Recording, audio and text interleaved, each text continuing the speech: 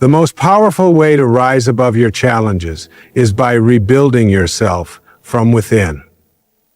The greatest project you'll ever work on is the one that shapes you into who you want to be.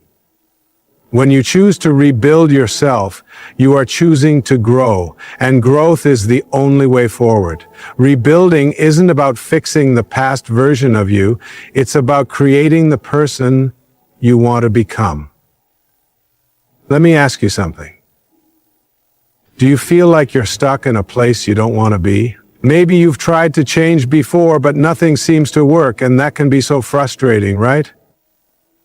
Rebuilding yourself isn't easy, but it's absolutely possible. The truth is, change doesn't happen overnight. It requires careful planning, hard work, and the right mindset. But imagine what your life could look like if you truly committed to rebuilding yourself, physically, mentally, and emotionally. In this video, I'm going to share 10 powerful steps to help you rebuild your life and become the person you've always wanted to be. These steps aren't just things to do. They are essential strategies to help you transform. The first step is to make your goals specific and actionable. You cannot rebuild a better version of yourself if you don't know exactly what that version looks like. Picture walking into a construction site without a blueprint. Chaos, right? The same thing happens in life. Without a clear picture of where you're headed, you'll waste time, energy, and potential. So today, let's focus on how you can create goals that are not just clear, but also actionable. The first step toward rebuilding yourself is clarity. Clarity starts with setting goals, but not just any goals, specific, actionable ones. You can't rebuild a better version of yourself if you don't know what that version looks like. Imagine you walk into a building site without any plans, tools everywhere, materials in disarray, no order or structure in sight. It's pure chaos. This is what your life will be like if you don't have a clear vision of where you want to go. It'll waste your time and energy. So, today, let's talk about how you can set goals that are both specific and actionable. To do this, start with the core question. What do you truly want? This question might feel overwhelming because it forces you to look deep within yourself. What you want should come from you, not from your family, society, or the expectations of others. It needs to be about your desires, your dreams, and your ambitions. Too many people live their lives chasing what others expect of them, and in doing so, they end up unfulfilled.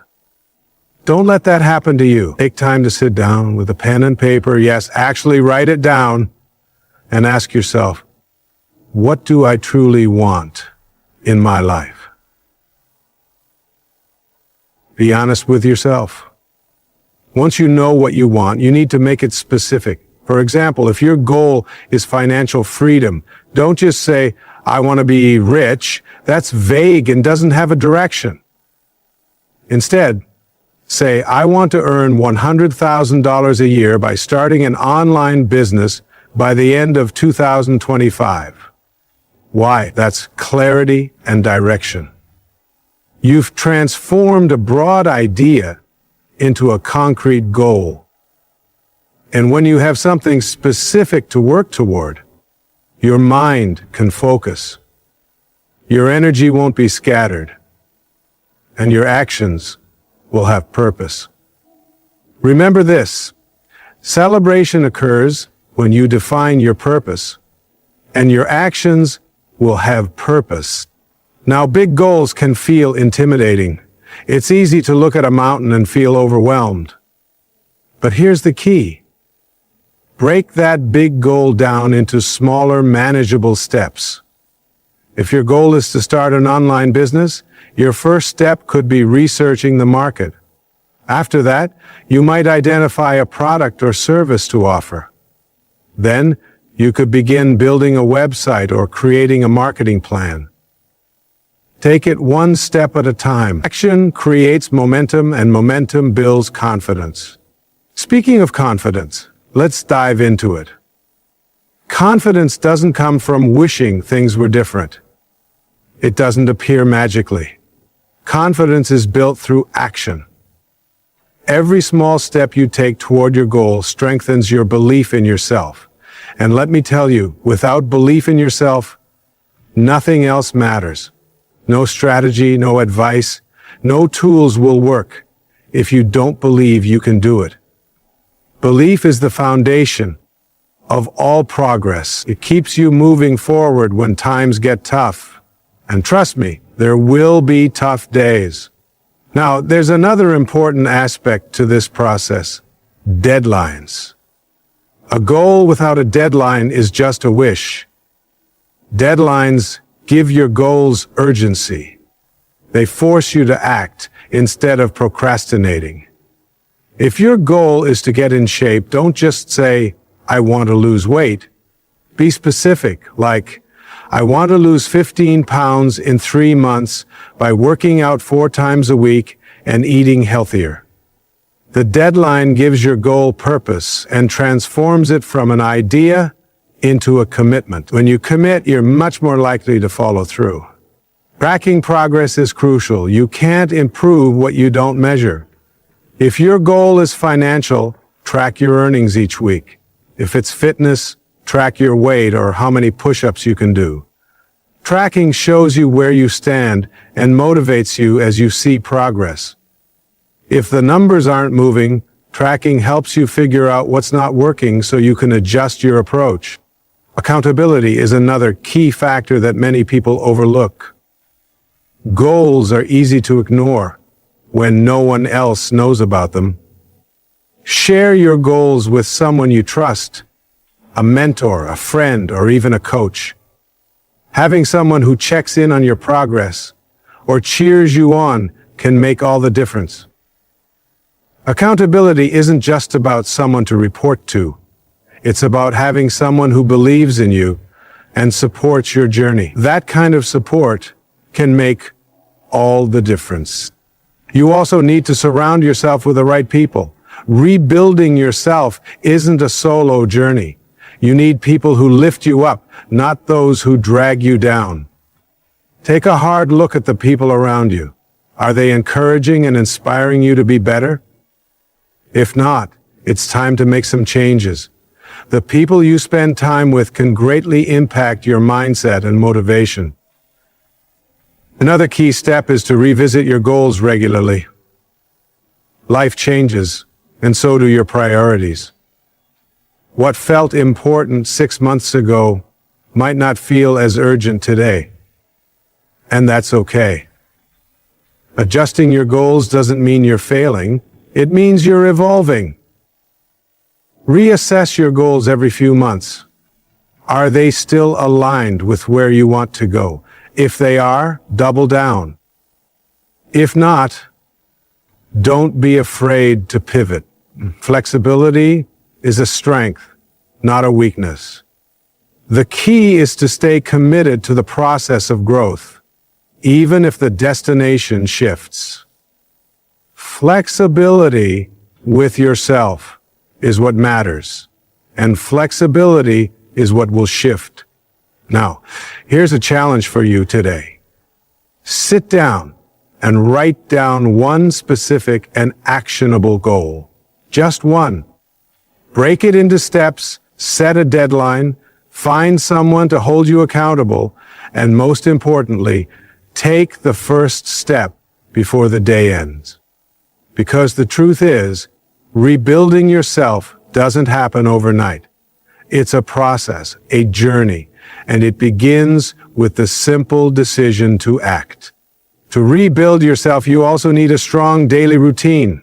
A solid foundation is built on the way you spend your day. How you spend your day shapes who you become.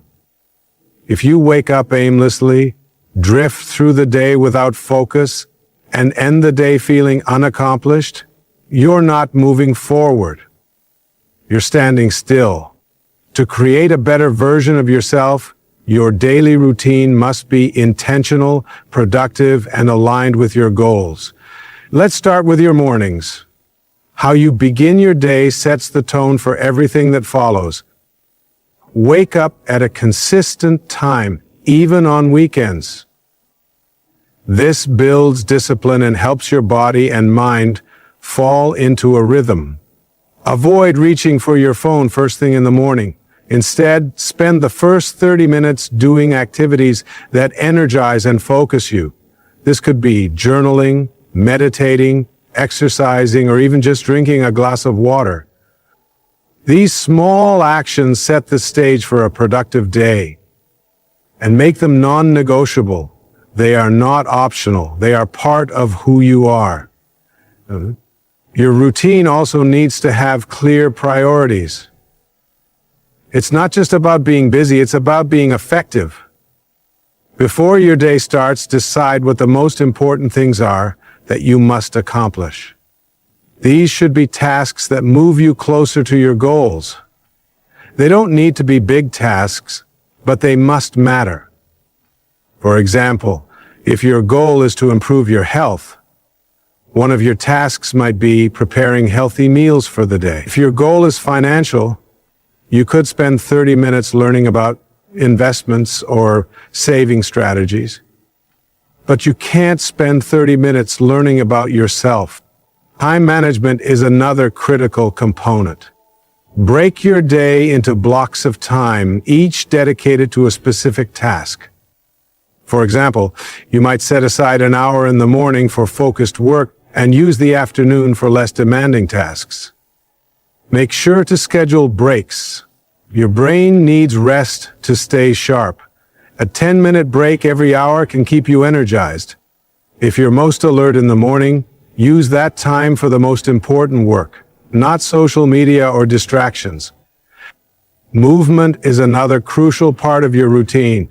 Physical activity isn't just for your body, it's for your mind too.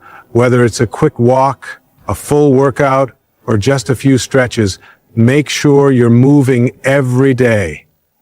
Movement boosts energy, clears your mind, and helps you feel strong. It doesn't matter if you're running marathons or lifting weights.